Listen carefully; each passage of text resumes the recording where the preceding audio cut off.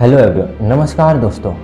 स्वागत है आप सभी का आज के इस लेक्चर में। तो दोस्तों, आज के इस लेक्चर में हम क्या करने वाले हैं? तो आज के इस लेक्चर में हम करने वाले हरियाणा के पर्यटन के बारे में, या टूरिज्म ऑफ हरियाणा, हरियाणा के टूरिज्म के बारे में हम पढ़ने वाले हैं। हमारे हरियाणा में क्या क्या, कौन कौन से टूरिस्ट प्लेस हैं, उनके बारे में पढ़ेंगे। तो दोस्तों, स्टार्ट करते हैं आज की हमारी पहली स्लाइड से।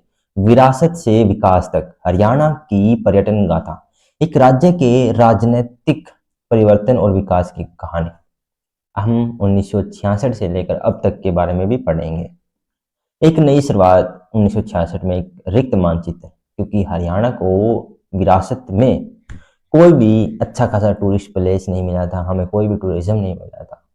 1 नवंबर 1966 को गठित हरियाणा को संयुक्त पंजाब से विरासत में कोई पर्यटन स्थल नहीं मिला था। यह स्लाइड बताती है कि राज्य के गठन के समय हरियाणा के पास पर्यटन के लिए कोई स्थापित स्थल नहीं थे। यह एक ऐसी चुनौती थी जिसके लिए एक नई सोच और दूरदर्शी योजना की आवश्यकता थी। क्योंकि हरियाणा का जब गठन हुआ, हमारे पास कोई भी इम्पोर्टेंट या महत्वपूर्ण पर्यटन स्थल थे ही नहीं। तो हमने समय के साथ साथ हमारी पॉलिसीज थी कि हमें नए टूरिस्ट प्लेस डेवलपमेंट करनी है और अच्छे अच्छे पर्यटन स्थलों की स्थापना करनी है। एक दूरदर्शी रणनीति, राजमार्गों को पर्यटन केंद्रों में बदलना। हरियाणा ने अपनी चुनौती को अवसर में बदल दिया। राज्य से गुजरने वाले प्रमुख राष्ट्रीय और राज्य राजमार्गों को पर्यटकों के लिए आकर्षण का केंद्र बनाने का निर्णय लिया गया। यह रणनीति यात्रियों को आरामदायक और मनोरंजक पड़ाव प्रदान करने लगी थी। इन राजमार्गों पर पर्यटन स्थल स्थापित कर दिए गए। हरियाणा ने भारत के पर्यटन मानचित्र पर अपनी एक अलग पहचान बनाई, क्योंकि हरियाणा से जो भी नेशनल हाईवे जाते थे, हमने उन्हीं के आसपास ही टूरिस्ट प्लेस या पर्यटन स्थल बनाने स्टार्ट कर दिए। पक्षियों के नाम पर एक अनूठी पहचान, हरियाणा के डैश 84 होगा मेरे ख्याल से, पर्यटन स्थलों का नामकरण पक्षियों के नाम पर किया गया है, जो राज्य भर में एक सामंजस्यपूर्ण और यादगार ब्रांड पहचान बनाता है, जैसे किंगफिशर, स्काईलार्क, रेड रोबिन और समय। यह सिर्फ एक नामकरण नहीं था, बल्कि प्रकृति के साथ जुड़ाव का प्रतीक था। किंगफिशर, रेड रोबिन और मैना जैसे नामों ने इन परिसरों को अलग आकर्षण का केंद्र बनाया। सुविधाओं से संपन्न नखलिस्तान, यह पर्यटन स्थल केवल रुकने की जगह नहीं, बल्कि संपूर्ण अनुभव प्रदान करती है। रेस्टोरेंट और फास्ट फूड फूड काउंटर, हरे भरे उद्यान और नौका विहार, उपहार की दुकानें और आइसक्रीम पार्लर, स्वास्थ्य क्लब जिनको हम बोलते हैं जिम, और दावत भवन, बार और कॉन्फ्रेंस या हॉल। हरियाणा के विविध रंग, एक संपूर्ण पर्यटन अनुभव। राजमार्गों पर अपनी नींव स्थापित करने के बाद हरियाणा ने प्रकृति और इतिहास और आधुनिक मनोरंजन के क्षेत्रों में अपने पर्यटन का विस्तार किया है। आइए हरियाणा द्वारा प्रदान किए जाने वाले कुछ अनूठे अनुभव को देखते हैं। जैसे ये गोल्फ क्लब है, गोल्फ मैदान है मेरे ख्याल से। प्रकृति की गोद में झीलें और अभ्यारण्य, सुल्तानपुर पक्षी विहार, दिल्ली से किलोमीटर दूर, पता नहीं यार कितना है, 84 है कितना। यह एक विशाल उथली प्राकृतिक झील है। यह प्रवासी पक्षियों के लिए एक स्वर्ग है, जहां 240 से अधिक प्रजातियां देखी जा सकती हैं। दमदमा झील, जिसको हम बोलते हैं दमदमा लेक, सोना से मात्र 20 किलोमीटर दूर। यह एक रमणीय प्राकृतिक झील है, जो अपनी प्राकृतिक सुंदरता और शांत वातावरण के लिए प्रसिद्ध है। बड़खल झील, फरीदाबाद में यह विशाल चट्टानी पहाड़ियों के बीच स्थित यह मानव निर्मित झील है, जो कि 1980 में बनाई गई थी, या 1980 पता नहीं 1800, और अपनी सुंदरता के लिए जानी जाती है। बड़खल झील हो गया, दमदमा झील, सुल्तानपुर पक्षी विहार।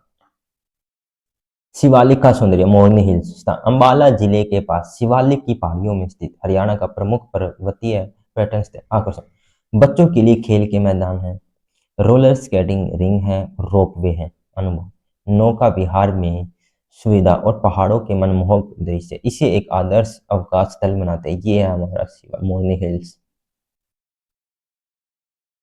इतिहास की दोनों प्राचीन जो भी धरोहर है हरियाणा में, उनके बारे में पढ़ेंगे। तोमर राजा सूरजपाल द्वारा निर्मित इसका डिजाइन उगते सूरज की तरह है।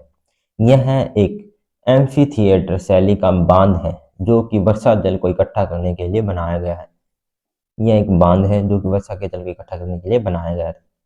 ज्योतिषर कुरुक्षेत्र के पास स्थित यह एक पवित्र स्थल है जहां माना जाता है कि भगवान श्री कृष्ण ने अर्जुन को गीता का उपदेश दिया था। किंगफिशर अंबाला यह उस स्थान पर स्थित है जहां ब्रिटिश राज का मुख्य सैन्य अड्डा और कब्रिस्तान था, जो औपनिवेशिक इतिहास की याद दिलाता है। आधुनिक आकर्षण विश्व स्तरीय मनोरंजन अरावली का गोल्फ मैदान फरीदाबाद में स्थित यह एक बेहतरीन ढंग से डिजाइन किया गया गोल्फ कोर्स है। इसे प्रसिद्ध अमेरिकी वास्तुकार स्टीफन के द्वारा डिजाइन किया गया है। यह पांच पता नहीं 9 होल का कोर्स है। कैक्टस गार्डन पंचकुला में स्थित है। यह एशिया का सबसे बड़ा कैक्टस गार्डन है जिसमें कैक्टस की 2400 से अधिक दुर्लभ प्रजातियां हैं। यह बागवानी के शौकीनों के लिए एक प्रमुख आकर्षण है। उत्तर भारत का नंदनवन जिसको हम बोलते हैं यादवेंद्र उद्यान पिंजौर में चंडीगढ़ शिमला राजमार्ग पर स्थित इस उद्यान को उत्तरी भारत का नंदन वन भी कहा जाता है। ये इसका पहला स्तर जिसको हम बोलते हैं शीश महल और ढंग महल। इसका जो सेकंड स्तर आ जाता है जिसको हम बोलते हैं गुलदस्ता, और तीसरे स्तर पर आता है जल महल। फर्स्ट सेकंड और थर्ड टिक टिक टिक टिक ऐसे चलता है। चंडीगढ़ और शिमला राजमार्ग पर यह स्थित है। इस उद्यान को उत्तरी भारत का नंदन वन भी कहा जाता है। भविष्य की ओर हरियाणा की नई पर्यटन नीति निजी क्षेत्र में भागीदारी करना, पर्यटन के विकास के लिए निजी निवेश को प्रोत्साहित करना, नए सर्किट का विकास गुड़गांव सोहना नूह अलवर मार्ग को एक पर्यटक स्वर्ग के रूप में विकसित करना, तीर्थ यात्रा पर्यटन कुरुक्षेत्र को एक प्रमुख तीर्थ स्थल के रूप में विकसित करने की हमारी योजना है। क्षेत्रीय विकास मोरनी सुल्तानपुर और कलेसर जैसे क्षेत्रों में पर्यटन सुविधाओं का विस्तार करना। एक निरंतर विकास की गाथा हरियाणा की कहानी एक प्रेरणा है। कैसे एक राज्य बिना किसी विरासत की अपनी दूरदर्शिता रणनीति और अथक प्रयासों से एक जीवंत और सफल पर्यटन स्थल बन सकता है। यह यात्रा विरासत से विकास तक की एक सच्ची मिसाल है। तो दोस्तों ये थी हमारी आज की स्लाइड से। अब हम चलते हैं माइंड मैप की तरफ। ये हमारा आज का mind map. Tourist place of Haryana Haryana के जो भी पर्यटन स्थल हैं उनके बारे में पढ़ते हैं। यहाँ से स्टार्ट होता है गुरुग्राम फरीदाबाद और दक्षिण हरियाणा। सोहना अरावली की खूबसूरत पहाड़ियों का मध्य में यह स्थित है। पर्यटन का विशेष स्थल है। शिवकुंड स्नान से शारीरिक व मानसिक शुद्धि होती है। सोहना में गर्म पानी का चश्मा या झरना है। दमदमा झील जो कि दिल्ली से 60 किलोमीटर दूरी पर प्राकृतिक सौंदर्य है। रमणीय यह स्थान है। दमदमा झील पर्यटन केंद्र दमदमा स्थापित। अरावली गोल्फ मैदान जो कि फरीदाबाद में है, अंतर्राष्ट्रीय स्तर का सुसज्जित मैदान है। इसमें 9 होल है। गोल्फ कोर्स की दूरी 6,460 मीटर है। बड़खड़ झील जो कि फरीदाबाद में विशाल चट्टानी मैदानों के मध्य 1947 में सिंचाई परियोजना के अंतर्गत इसका निर्माण किया गया था। लंबाई 6 किलोमीटर और चौड़ाई 2 किलोमीटर। सूरजकुंड दिल्ली से लगभग 20 किलोमीटर दूर। निर्माण 8वीं शताब्दी तोमर वंश ने इसका निर्माण करवाया था। अरावली पर्वत श्रृंखला को बांध कर बनाया गया। कुंड की परिधि 130 मीटर है। सूरज कुंड क्राफ्ट्स मेला जो कि अंतर्राष्ट्रीय स्तर पर लगता है। समाजोगी गुरुग्राम कुरुक्षेत्र करनाल और पूर्वी हरियाणा में जो भी पर्यटन स्थल उनके बारे में पढ़ते हैं। ज्योतिषर जो कि कुरुक्षेत्र में है। रेलवे स्टेशन से 8 किलोमीटर दूर है। यात्रियों के ठहरने की यहाँ पर सुविधा है। शुद्ध शाकाहारी भोजन यहाँ पर उपलब्ध होता है। कैक्टस गार्डन जो कि पंचकुला में एशिया का सबसे बड़ा कैक्टस गार्डन है। 3500 विलक्षण यहाँ पर प्रजातियां मिल जाती है कैक्टस की। किंगफिशर जो कि अम्बाला में बस स्टैंड के निकट है। विशेष प्रकार के वृक्ष में कैक्टस है और सुंदर स्थान है। ओटरोई जो कि करनाल में राष्ट्रीय राजमार्ग 10 पर है। 24 घंटों का विश्राम गृह है। निगम द्वारा स्थापित पर्यटन केंद्र। यादवेंद्र गार्डन जो कि पिंजौर में उत्तर भारत का इनको स्वर्ग कहा जाता है। दिल्ली शिमला राजमार्ग पर यह स्थित है। प्राकृतिक सुंदरता फूल फल नहरें और जलप्रपात है यहाँ पर। नीलोखेड़ी राष्ट्रीय राजमार्ग 44 पर ऐतिहासिक महत्व है। पूरी 24 घंटे बिजली की यहाँ पर सुविधा है। अब हम चलते हैं यहाँ पर उत्तर तथा पश्चिमी हरियाणा में मोरनी हिल्स जो कि पंचकुला और अम्बाला वाले रीजन में है। शिवालिक गिरमाला में राज्य का एकमात्र हिल स्टेशन है मोरनी हिल्स। बच्चों के मनोरंजन के लिए छोटे छोटे खेल है। रोलर स्केटिंग रिंग्स है। डपचिक जो कि पलवल में है। दिल्ली आगरा राजमार्ग पर विश्राम के लिए डबल बेड कमरे, सुविधाजनक यहाँ पर कैंटीन है। डहरगो जो कि पानीपत में उपमंडल में यह स्थापित है। स्थानीय मार्केट कमेटी परिसर में इसको हैरंगो नाम से होटल या रेस्टोरेंट है। जल तरंग जो कि नारनौल में, नारनौल का विश्राम स्थल, राज्य का पहला रेस्टोरेंट है जल तरंग। गोरैया पर्यटन पर्यटक स्थल जो कि झज्जर में है। दिल्ली रोहतक राजमार्ग 10 पर यह स्थित है। टूरिस्ट यहाँ पर फैसिलिटीज हैं। मैना रेस्टोरेंट जो कि रोहतक में है, विशाल पर्यटक स्थल है। ठहरने की यहाँ पर सुविधा है। कॉन्फ्रेंस हॉल की यहाँ पर व्यवस्था है।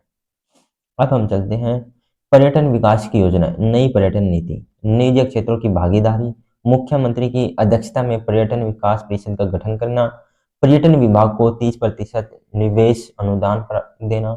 मुख्य उद्देश्य पर्यटन को उद्योग का दर्जा देना, पर्यटक विकास परियोजनाएं स्टार्ट करना, HUDC की भूमिका, पर्यटन योजनाओं के लिए विकास शुल्क, पर्यटन सुविधाओं का विस्तार, यात्री निवास, भोजन, शॉपिंग, कैंटीन और हेल्थ केयर, विभिन्न पार्कों का विकास करना, सांस्कृतिक पर्यटन को बढ़ावा देना। तो दोस्तों ये था हमारा आज का माइंड मैप और आज का लेक्चर यहीं पर समाप्त होता है। तो हमने इतने कम समय में हमने अपना टॉपिक भी स्लाइड्स के थ्रू कर लिया और साथ के साथ माइंड मैप के द्वारा इसका रिवीजन भी कर लिया, क्योंकि टॉपिक को पढ़ना ही काफ़ी नहीं होता, उसका रिवीजन करना भी बहुत ज़रूरी होता है। क्योंकि जब आप एग्जाम में बैठते हो तो आपने जितनी बार पढ़ा होगा, जितने अच्छे से पढ़ा होगा, उतना ही काम आएगा। तो थैंक यू दोस्तों।